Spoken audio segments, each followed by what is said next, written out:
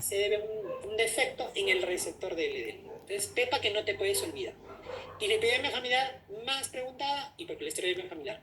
¿Cuál es el mecanismo fisiopatológico? Una mutación, un defecto en el receptor de LDL. No te acordaste por allí. Un dato importante. Esto que ustedes ven, LDL, HDL, VLDL, ¿qué cosas son? Son lipoproteínas.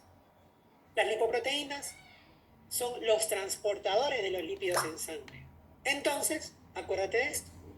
Existen estas 4 lipoproteínas principalmente. Hay una más, pero estas son las principales que no te debes olvidar.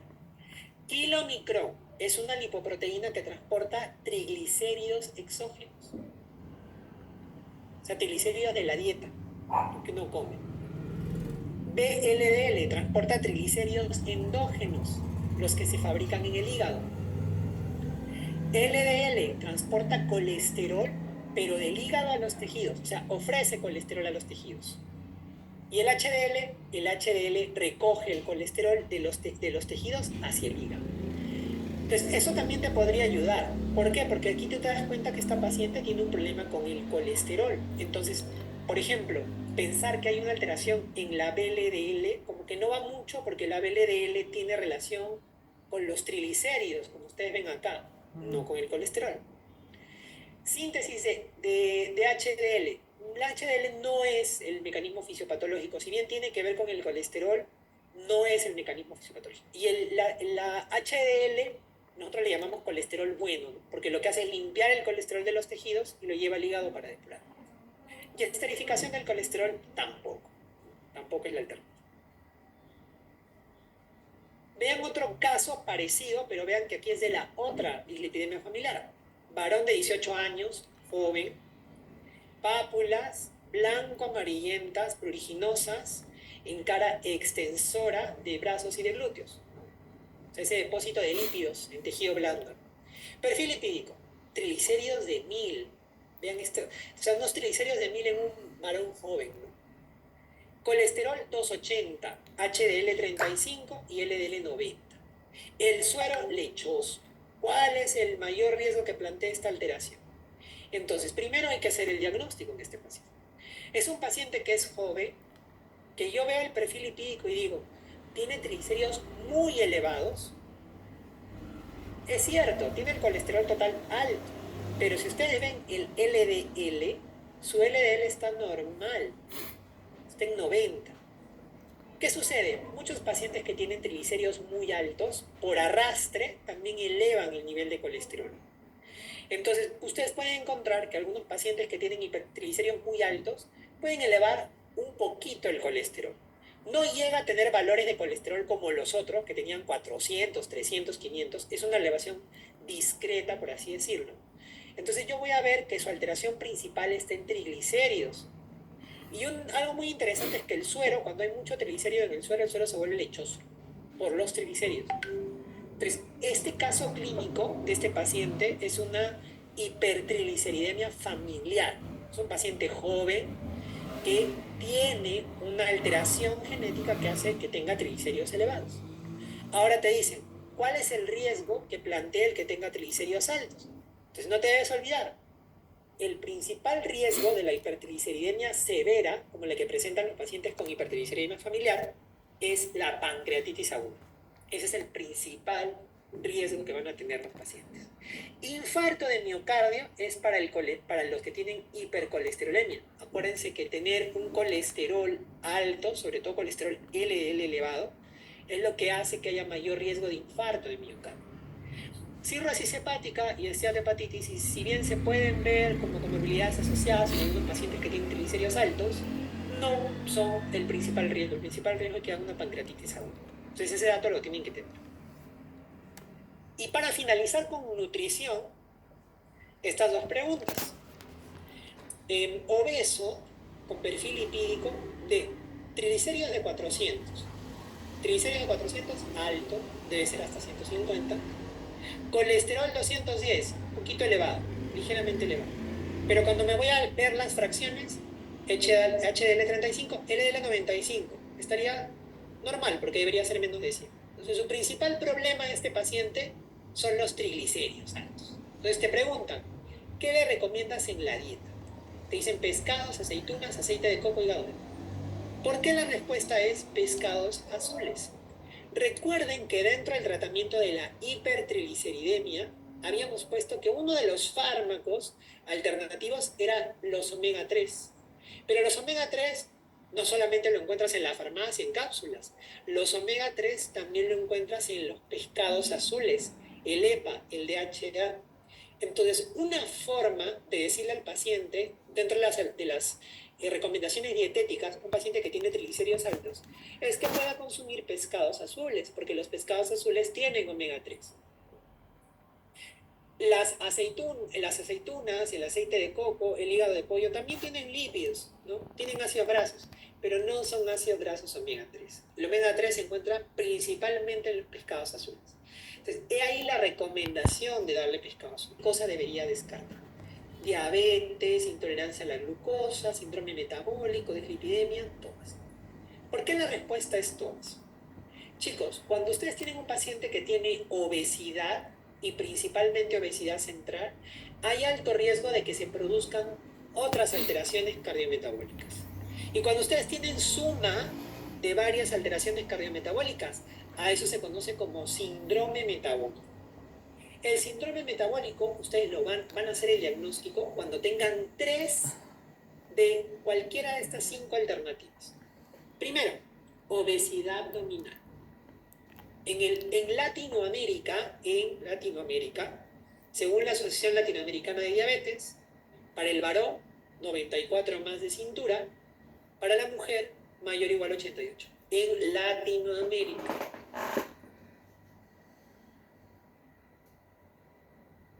Bien. Tercero, diabetes o prediabetes. Cuarto, HDL bajo. El HDL es el colesterol que nosotros le llamamos bueno. ¿Por qué? Porque recoge el colesterol de los tejidos y lo lleva al hígado a depurar. Mientras más alto sea tu colesterol HDL, es un factor protector. Mientras más bajo es un factor de riesgo. Por eso aquí el HDL bajo es un factor de riesgo. Varones, menos de 40, mujeres, menos de 50. Y el último ítem, hipertrigliceridemia, que se entiende por un valor de triglicéridos mayor de 150. Entonces, si tú tienes 3 de estas 5 componentes, tú dices el paciente tiene un síndrome metabólico. Entonces aquí vemos que el paciente tiene obesidad central, tiene hipertensión, tiene triglicéridos más de 150, cumple criterios para síndrome metabólico. Entonces yo tengo que evaluar que el paciente tenga síndrome metabólico, por eso esta alternativa es correcta.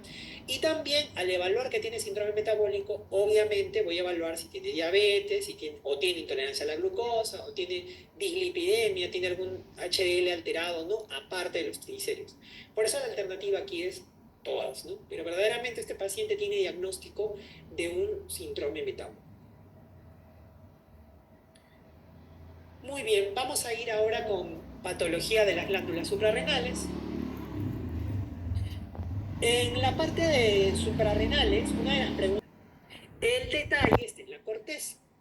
La corteza adrenal, la corteza suprarrenal tiene 3 capas. Capa glomerular, capa fascicular y capa reticular. La capa glomerular de la corteza adrenal produce mineralocorticoides. Y el mineralocorticoide más común es la aldosterona. La capa fascicular produce glucocorticoides, que es el cortisol, y la reticular, andrógenos, que el andrógeno por excelencia de la glándula suprarrenal es el DEAS. Entonces, datos puntuales y dateros similar a lo que pasaba con el islote de Langerhans, ¿no? Puntuales. Aquí nos dicen, ¿dónde se produce la aldosterona? Me voy a mi dato. La aldosterona es un mineralocorticoide, se produce en la corteza adrenal, en la capa glomerular. Por eso la alternativa es glomerular. Aquí no hay mucha vuelta que darle, son datos puntuales. Patología adrenal. Miren, mujer de 35 años que hace 5 meses tiene astenia, diarrea y pérdida de peso. Al examen, vean esta PA, 85/60, hipotensa. Frecuencia cardíaca 70, hiperpigmentación de la piel. En el laboratorio, hipercalemia, hiponatremia e hipoglicemia. ¿Cuál es el diagnóstico más probable? Este caso clínico, chicos, es característico de la enfermedad de Addison. La patología adrenal más preguntada es la enfermedad de Addison. La enfermedad de Addison es la insuficiencia adrenal primaria. ¿Qué cosa significa? Que hay algo en la suprarrenal que hace que no produzca bien sus hormonas, sobre todo las hormonas ¿de dónde? De la corteza, estas de aquí, las que hemos mencionado arriba. ¿Cómo viene el paciente? Fatiga o astenia es la principal molestia del paciente con insuficiencia suprarrenal primaria o enfermedad de Addison. La otra es disminución de peso. No sé por qué se me han volteado las flechitas. Disminución de peso con disminución del apetito. El paciente se baja de peso, tiene hiporexia.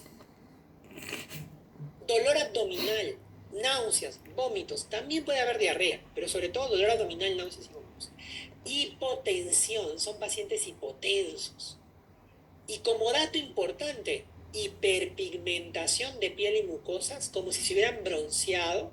Más se ven las mucosas, se ven las mucosas oscuras, los pliegues de la mano, de los pies, se ven marcados. Y hiponatremia e hipercalemia, como datos laboratoriales. Chicos, esto es característico del Addison y es lo que más preguntan en patología adrenal. Entonces, esto yo quiero que lo tengan así, presente, no se pueden confundir, es muy característico. 3 pepas con el Addison, que también preguntan. La primera, ¿cuál es la causa más frecuente de Addison? Entonces, si a ti te preguntan cuál es la causa más frecuente de Addison, ustedes como alumnos de Villamedic, lo que tienen que preguntar es, ¿a nivel mundial o en países en vías de desarrollo? Esa es la pregunta que yo quiero escuchar cuando yo les digo causa más frecuente de enfermedad de Addison. A nivel mundial, autoinmune. Ya, en países en vías de desarrollo, tuberculosis. Perú, no tenemos estadística, pero obviamente tenemos una alta prevalencia todavía de tuberculosis. Seguimos diciendo que es la tuberculosis, pero no tenemos estadística. Segunda pepa con el Addison, el diagnóstico. Como el problema está en la suprarrenal, entonces, ¿qué van a encontrar ustedes? Cortisol bajo. Y de manera compensatoria, la ACTH se eleva. De hecho, esta explicación del ACTH alta es lo que condiciona la hiperpigmentación de piel y mucosa. ¿Por qué? Porque acuérdense ustedes, como dato, que el ACTH no se fabrica en la hipófisis como tal, sino se fabrica como una molécula precursora que es el PONC, un propio melanocortina, un PONC. Y este PONC, dentro de sus componentes, tiene el ACTH, pero también tiene la hormona melanocito estimulante. Entonces es por eso que los pacientes con Addison, como se eleva el ACTH, no solo se eleva la ACTH, sino también la melanocito estimulante, entonces tienden a tener hiperpigmentación de piel y mucosas, ¿no? Esa es la explicación fisiopatológica. Pero este perfil no te debes olvidar, porque a veces te dicen, ¿cómo está la ACTH en el Addison? Alto. ¿Cómo está el cortisol? Bajo. Y la tercera pepa, tratamiento. El tratamiento le tengo que dar las hormonas que le faltan. Yo les decía que en el Addison se afecta la corteza, básicamente. Entonces, para reemplazarle la aldosterona, para reemplazarle el glucocorticoide, que es el cortisol, yo le voy a dar hidrocortisona o prednisona. Nosotros no tenemos cortisol en tabletas. Su análogo es la hidrocortisona o la prednisona. Dexametasona, betametasona, eso no utilizamos para el Addison. Esos son glucocorticoides sintéticos para inflamación.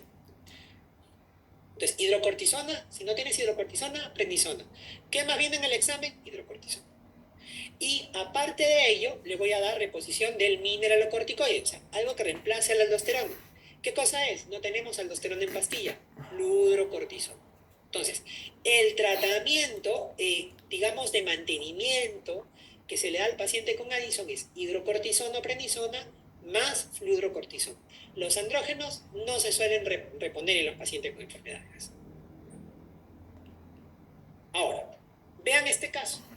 Varón de 22 años con antecedente de tuberculosis, ¿no? Se están diciendo ahí que tiene un factor de riesgo, llega a emergencia por fiebre, ¿no? Deshidratación, vómitos e hipotensión. Al examen, chocado, hiperpigmentación en labios y pliegues cutáneos. Electrolitos, hiponatremia. Tú dices, claro, esta es una insuficiencia suprarrenal primaria, este es un Addison, no tiene el antecedente de tuberculosis, ¿no? Pero te vas a las alternativas y dices, pucha, doctor, no hay enfermedad de Addison. Dice hiperaldosteronismo, crisis tirotóxica, shock séptico, crisis suprarrenal, pero no hay enfermedad de Addison. ¿Por qué? ¿Qué es lo que sucede? Así como se descompensaba el hipertiroidismo y el hipotiroidismo, la insuficiencia suprarrenal también se puede descompensar. Y eso se llama crisis adrenal o crisis addisoniana, también le llaman algunos. ¿Qué es lo característico? Trastorno del sensorio. Ojo con esto. Shock refractario a fluidos. Muchos de ustedes sacan el diagnóstico por esto. Es un shock que no revierte a pesar de darle fluidos, ¿no? Y asociado hipoglicemia. Aparte de lo que ya hemos hablado de insuficiencia adrenal, ¿no? Astenia, fatiga, dolor abdominal, náuseas, vómitos, hipercalemia, hiponatremia, ¿no? Aparte de ello, pueden estar estos síntomas asociados, ¿no? Aparte de lo que están aquí mencionados. Entonces, en este caso, no es una enfermedad de Addison cualquiera, por eso no están las alternativas, sino que es una crisis, una urgencia, es una crisis suprarrenal. Vean, un dato similar al anterior, pero de un examen más temprano, ¿no? Te dicen, varón de 60 años que está hospitalizado por neumonía COVID-19, ha recibido corticoterapia durante 20 días y 7 días después presenta anorexia, astenia, dolor abdominal y náuseas. Al examen tiene presión arterial 80-50, está hipotenso, hiponatremia, son 130, hipoglicemia, glucosa en 60, potasio 3.5, está normal el potasio. Luego de expandir volumen con 2 litros de solución, continúa hipotenso. ¿Cuál es el tratamiento indicado? Este paciente también tiene una crisis adrenal, pero en este caso la crisis adrenal del paciente tiene otra etiología. En este caso no es por una tuberculosis, por un problema autoinmune, en este caso es una insuficiencia adrenal que se produce probablemente por la suspensión brusca del corticoide. Cuando ustedes están dándole corticoide a dosis altas a una persona por mucho tiempo, no le pueden quitar el corticoide de golpe. Porque si tú le quitas el corticoide de golpe, puede hacer una insuficiencia adrenal. Solamente que en este caso no es una insuficiencia adrenal primaria, no es un Addison, sino es una insuficiencia adrenal secundaria. ¿Ya? Es diferente. Entonces, si tú te das cuenta, si bien la etiología es otra, tiene toda la clínica de insuficiencia suprarrenal y te están diciendo que es un paciente con una crisis adrenal, porque tiene hipoglicemia, tiene un shock que no mejora con la parte de la hidratación. Entonces, ¿cuál es el tratamiento más adecuado en este paciente? Entonces, tú no debes olvidar que en una crisis adrenal el tratamiento es hidrocortisona endovenoso, aquí sí solo hidrocortisona endovenoso, a dosis de estrés. ¿Y cuál es la dosis de estrés? 100 miligramos cada 6 o cada 8 horas. Si yo no le doy hidrocortisona a dosis de estrés, mi paciente no va a salir de la crisis suprarrenal. Es importantísimo este dato. Doctor, y si fuera como el caso de arriba, que sí es un Addison porque tiene tuberculosis y demás, aparte de su hidrocortisona, ¿también le doy su fluorocortisona? No. En la crisis adrenal ya no es necesario dar fluorocortisona. Basta con la hidrocortisona nada más. Solo hidrocortisona a dosis de estrés. ¿Ya? Ok, vamos con otra patología adrenal que no es tan preguntada, pero igual vamos a dar algunos datos aquí importantes. Y es el síndrome de hiperfunción adrenal o síndrome de Cushing. Nos están preguntando en este caso qué cosa es lo correcto en relación al Cushing. Entonces, ¿qué cosa es lo que deben saber ustedes del Cushing? Igual, el paciente robot del síndrome de Cushing. Entonces, en el caso del Cushing, ¿qué es lo que yo voy a tener?